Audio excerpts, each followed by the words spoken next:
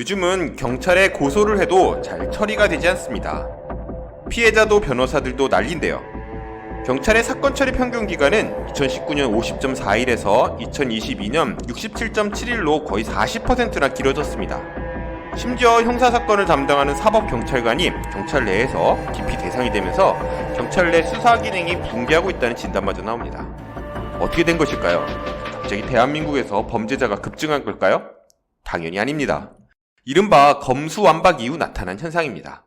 민주당은 2022년 3월 대선에서 패배한 이후 검찰의 직접 수사를 제한하고 사법경찰에 대한 수사 지휘권을 없애는 검찰청법과 형사소송법을 그야말로 번개불에 콩 꺼먹듯 국회에서 통과시켰습니다. 문재인 정권 5년 내내 떠들던 검찰개혁의 화렴전정이었는데요. 하지만 결과는 우리가 겪고 있듯 참담합니다. 새로운 선택은 22대 국회에서 엉망이 된 형사사법체계를 정상화하겠습니다. 우선 검찰의 수사지휘권을 복구할 것입니다. 민주당과 진보진영은 마치 검찰이 수사지휘를 하지 않는 게 개혁인 것처럼 말합니다. 하지만 이는 국민을 속이는 선동입니다. 진실을 파악하려면 약간의 형사사법체계 지식이 필요한데요. 형사사법체계는 크게 영미계와 대륙계로 나뉩니다. 영미계에서는 피해자가 범법자를 고소하는 사인소추 전통이, 대륙계에서는 국가가 범법자를 처벌하는 국가형벌권 전통이 발전했습니다. 사인소추 전통에서는 배심제가 이용됩니다. 기소를 선발된 시민들이 결정하거나 경찰의 기소를 시민들이 법정에서 판단합니다. 국가는 옆으로 비껴나 있는 거죠. 하지만 국가형벌권 전통에서는 국가가 기소와 재판 모두에서 전면에 서는데요. 수사, 기소, 재판 모두 정부가 하죠. 이때 수사와 기소를 담당하는 형사법 전문가가 바로 검사입니다. 우리나라가 정부 수립 때부터 채택한 대륙계 형사사법 체계에서는 어느 나라에서나 검사가 수사와 기소를 모두 담당합니다. 프랑스, 독일, 일본 모두 마찬가지입니다.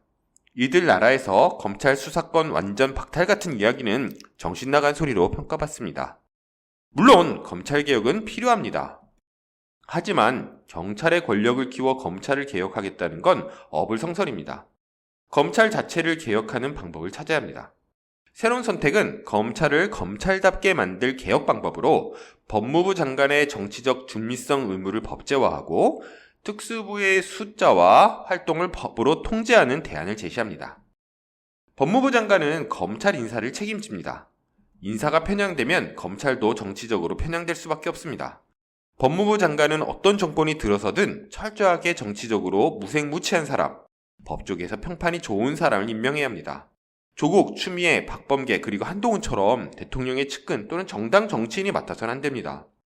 정부조직법을 개정하여 법무부 장관의 정치적 중립성을 의무로 규정하겠습니다. 직접 수사를 전담하는 특수부는 문재인 정부에서 전 정부 적폐청산에 이용되었고 현 정부에서도 지난 정부 인사를 수사하는 데 이용되고 있습니다. 조선 제1검식으로 불리며 영웅 행세를 하는 특수부 검사는 법관의 선을 넘기 십상입니다. 미국 드라마에서 보면 FBI와 검찰을 합쳐놓은 게 한국의 검찰 특수부입니다. 특수부는 지금보다 더 축소되고 통제되어야 합니다. 새로운 선택은 경찰을 경찰답게 만드는 데도 최선을 다하겠습니다. 경찰이란 명칭을 공유하지만 사실 사법경찰과 행정경찰은 성격이 전혀 다릅니다. 사법경찰은 검사의 수사권을 위임받아 수사하는 사법기관이고 행정경찰은 행정부에서 치안을 관장하는 행정기관입니다. 행정안전부 소속 경찰의 본연의 임무는 사법보다는 치안입니다. 치안 기능을 담당하는 경찰이 안전한 근무 조건에서 사회적으로 존중받으며 일할 수 있도록 만들겠습니다. 경찰관 1인당 인구수를 현 390명대에서 프랑스, 독일 수준인 320명대로 낮추겠습니다. 또한 급여를 공안직 수준으로 높여 부당한 임금차별이 없게 하겠습니다. 경찰관 직무집행본과 인권침해 감시기관을 현실에 맞도록 개선해 시민이 요구하는 수준의 치안 활동이 민주적으로 이루어질 수 있도록 만들겠습니다. 감사합니다.